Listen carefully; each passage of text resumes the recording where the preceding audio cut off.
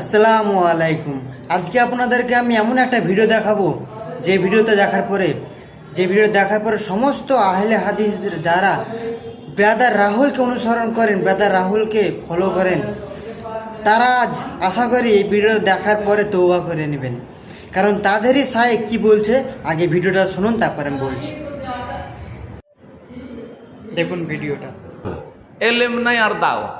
হ্যাঁ ব্রাদার্স, জি হ্যাঁ, ভালো করে কোরআন পড়া তৌফিক হয় না, আর সুন্নতি খুতবাটা ভালো করে পড়তে পারছে না, আর বড় বড় লম্বা রেখে ফিকি মাসলাই আল্লামা সাহেবেরা বসে আছেন, মাশাআল্লাহ মাদানি বসে আছেন, আর সমাজ আমাদের আজীব সমাজ যে মাদানি বসে আছে, বড় বড় আল্লামারা বসে আছে, আর একটা ব্রাদারকে মুফতি আজম বানিয়ে দিয়ে বসে আছে স্টেজে।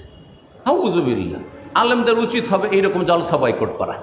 এই জন্য আমি কালকে মতি রহমানকে বলেছি, এক অনুষ্ঠানে ছিলাম, যে আমি প্রচলিত জলসায় কোনোদিন বক্তব্য করবো না যদি ইন্ডিয়া আসি ইনশাআল্লাহ।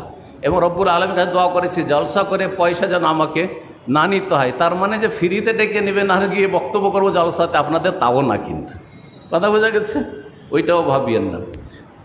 আশা করি ভিডিওটা সকলে দেখলেন এবং শুনলেন এবং বুঝতে পেরেছেন নিশ্চয় যে ওদেরই শায়েখ, ওদেরই উস্তাদ কি বলছে, ব্রাদার রাহুলের বিপক্ষে কথা বলছে এবং কি বলছে, ব্রাদার রাহুলের বক্তব্য শোনা হারাম বা বক্তব্য শোনা যাবে না। ব্রাদার রাহুলের বক্তব্যতে যে যাবে সে তার বক্তব্যতে, তার জলসাতে অন্য ভালো আহলে হাদিসদের ইমামদের, আহলে হাদিসদের শায়েখদের যাওয়া যাবে না।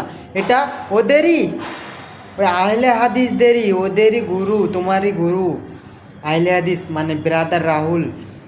তোমরা যাকে অনুসরণ করো, তোমাদের যারা উস্তাদ, তারাই তোমার বিরুদ্ধে ফতোয়া দিচ্ছে। এখন কথা হলো, সুন্নিদের পেছে না লেগে আগে তোমার উস্তাদকে বোঝাও, তোমার উস্তাদের সঙ্গে আগে বসো, তারপর সুন্নিয়তদের সঙ্গে লড়তে আসো। কারণ আহলে সুন্নাত ওয়াল জামাতের প্রত্যেকটা আলেমরা বলে এসেছে যে ব্রাদার রাহুল সহি শুদ্ধভাবে কোরআন শরীফ পড়তে পারে না এবং ওয়াজে মাহফিলে তার কোনো মানে যোগ্যতাই নাই। আজ সেই কথাটাই প্রমাণ করে দিলেন আহলে হাদিসদের শায়েখ। তো এই কথাটা প্রমাণ হয়ে যাচ্ছে যে আহলে সুন্নাত ওয়াল জামাতের আলেমরা মিথ্যা কথা বলে না। আশা করি সবাই বুঝতে পেরেছেন।